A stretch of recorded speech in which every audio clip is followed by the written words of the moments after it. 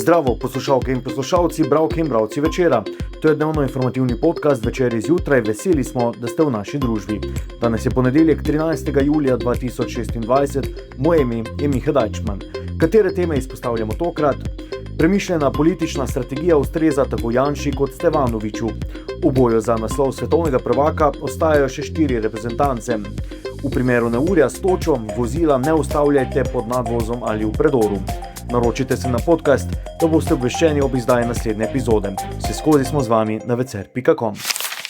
Po letošnjih parlamentarnih volitvah se je zgodil eden največjih političnih preobratov zadnjih let. Janez Janša in Zoran Stevanović, ki je še pred kratkim javno prisegal, da resnica nikoli ne bo sodelovala z SDS, danes delujeta kot tesno usklajena politična partnerja. Čeprav resnica formalno ni del koalicije, je prav Stevanović kot predsednik državnega zbora postal eden ključnih stebrov delovanja četrte Janševe vlade. Analiza razkriva, da takšna ureditev koristi obema.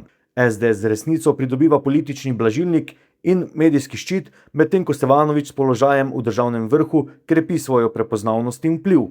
Politična komentatorja za Večer pojasnjujeta, zakaj je predsednik najmanjše parlamentarne stranke postal vezivno tkivo vlade, kako je razrednotil vlogo predsednika državnega zbora ter zakaj bi lahko prav zavezništvo med Janšo in Stevanovićem pomembno zaznamovalo politično dogajanje vse do konca mandata. Temo je pripravil Matej Grošelj, preberite jo na vecer.com in v Večeru.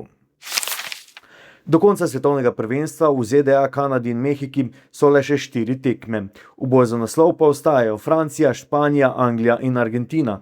Prvič so v polfinalu 4 najmočnejše ekipe na FIFIni jakostni lestvici, šele tretjič pa se za naslov borijo zadnje 4 reprezentance, ki so že osvojile mundial. Danes v Večeru in na vecer.com paket branja o svetovnem prvenstvu. Nik Bruben med drugim piše o selektorskih slovesih po svetovnem prvenstvu. Po sklenjeni poti na mundialu je marsikateri selektor spoznal surovost svojega posla. Nekaterim so potekle pogodbe, spet drugi niso upravičili pričakovanj. Se pa med temi najde tudi kakšen zanimiv primer. Kakšen, preberite v članku. Do sedaj se je izpraznilo kar 14 selektorskih mest od 48 reprezentanc, ki so sodelovali na turnirju, saj še Francija bo v prvenstvu dobila novega selektorja.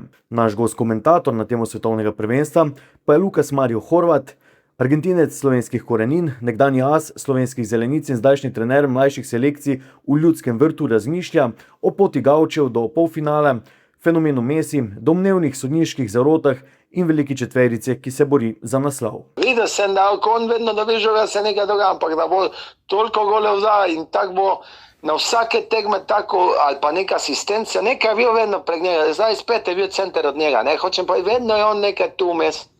Ne, neverjetno, kaj pri toliko letih, kaj on dela, je to bolano. Je Lukas Mario Horvat dejal o Messiju. Silovito neurje s točo, močnim vetrom in nalivi je v soboto popoldne zajelo celo Slovenijo. Najhujše razmere so nastajale na območju Dramelj in Pletovarja v bližini Slovenskih Konjic, kjer prebivalci poročajo o precejšnji škodi.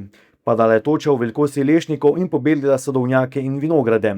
Za dodatno nevarnost pa so poskrbeli vozniki na štajerski avtocesti.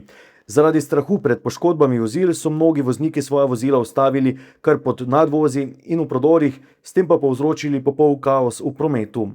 V predoru Pletovarje je zaradi nenadnega zaviranja in ustavljenih vozil prišlo celo do prometne nesreče, v kateri je bilo udeleženih 10 oseb, a na srečo poškodovanih ni bilo. Na nevarno dogajanje so se ostro odzvali v zavodu reševalni pas, kjer so ravnanje voznikov označili za skrajno neumno, nevarno, nerazumno in noro dejanje. Na cestah bodite pazljivi in strpni, v času zastojev pa se na pot odpravite pripravljeni. To je bil Večer zjutraj 13. julija 2026, z vami sem bil Miha Dajčman. Kakovostno novinarstvo lahko podprete tako, da se naročite na tiskani in spletni Večer, postanete naš sledilec in bralec na družbenih omrežjih, naročnik naših podcastov in newsletterjev. Tako boste podprli novinarstvo, ki prinaša avtentične vsebine, ki jih pripravljajo naši novinarji in jih druge ne boste našli. Želimo, da razumete, kako se vrti svet. Želimo vam odstreti vpogled v čas in prostor, v katerem živimo. Veseli bomo vaših komentarjev, pobud in kritik na različnih kanalih. Se beremo in slišimo, da boste razumeli bolje.